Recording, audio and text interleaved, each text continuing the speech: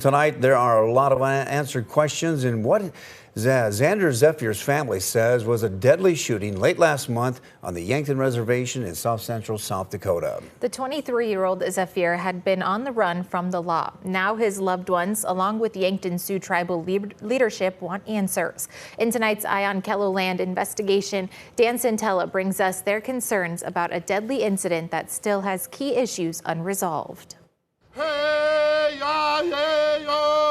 It wasn't just a death for our family, it was a death for our entire community. To me, there's something awfully, went bad, went haywire. Like many on the Yankton Reservation, Zander Zephier is looking for clarity about his younger brother's death. And we want, someone to look into this, to find answers for us and to ensure that what happened that day, wasn't injustice. Zander says U.S. Marshals fatally shot Zander Zephier at their grandmother's home in the Wagner area. He was a member of the Yankton Sioux tribe.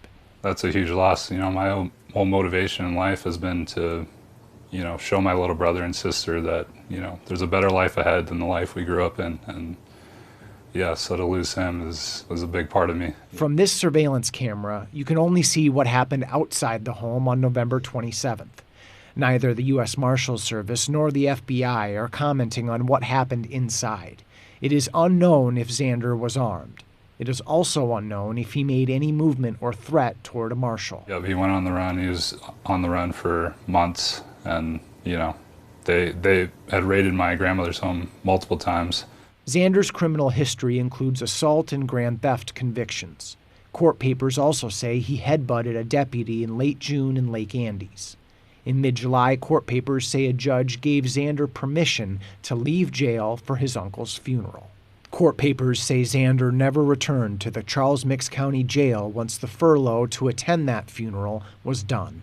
Zander also appears on South Dakota's sex offender registry, with the home listed as unlocatable. This Facebook video Zander shot inside the home gives us some small peeks at what happened. You can hear what sounds like breaking glass. You can also hear a command. In security footage from a camera Zane's uncle mounted outside the home, you can see Zander being wheeled out on a stretcher. Zane says the video also shows the marshals making light of the situation. He's in a good mood. He's laughing. He's joking. Zane says family was gathered across the street watching. Yeah, I don't think it's right. You have to understand what you just did to someone and what you just did to a young kid. Attitude displayed by the marshals also bothered neighbor Michelle Irvin, who captured video on her phone. They gathered in a circle and were laughing, not just, chuckles. They were hysterically laughing, and I could not understand why they were laughing after this tragic situation just happened. Irvin is emotional when talking about how Zander was treated after he was brought out of the home. They weren't gentle with him, that's for sure. They were not gentle. They dropped him, and they could have been a little more gentle. They knew we were all watching. They knew. It's not yet clear how many times Zander was shot. Zane says federal agents told his grandmother there were 2 shots. They said that the feds had told her that they shot him twice, once in the chest and once in the abdomen. And when I had talked to the YST chief of police, they told us that they fired 3 rounds. The marshals fired 3 rounds. The marshals fired 3 rounds.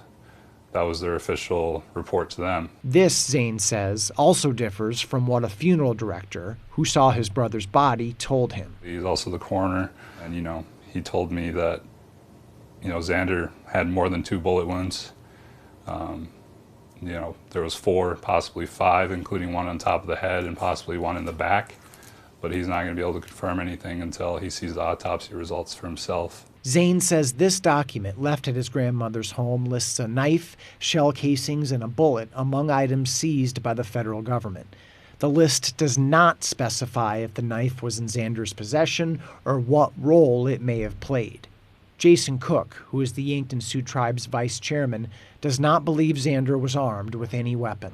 If he was a flight risk or a violent or a threat to anybody, he wouldn't have got a furlough in the first place.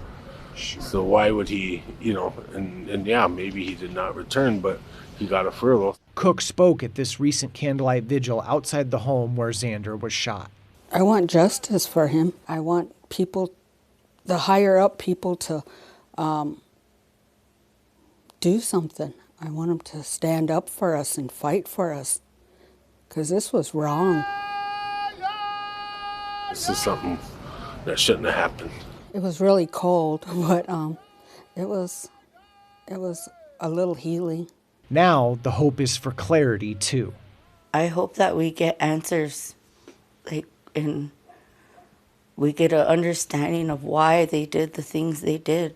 Because I've watched U.S. Marshals go and do things in other situations, and they were way more,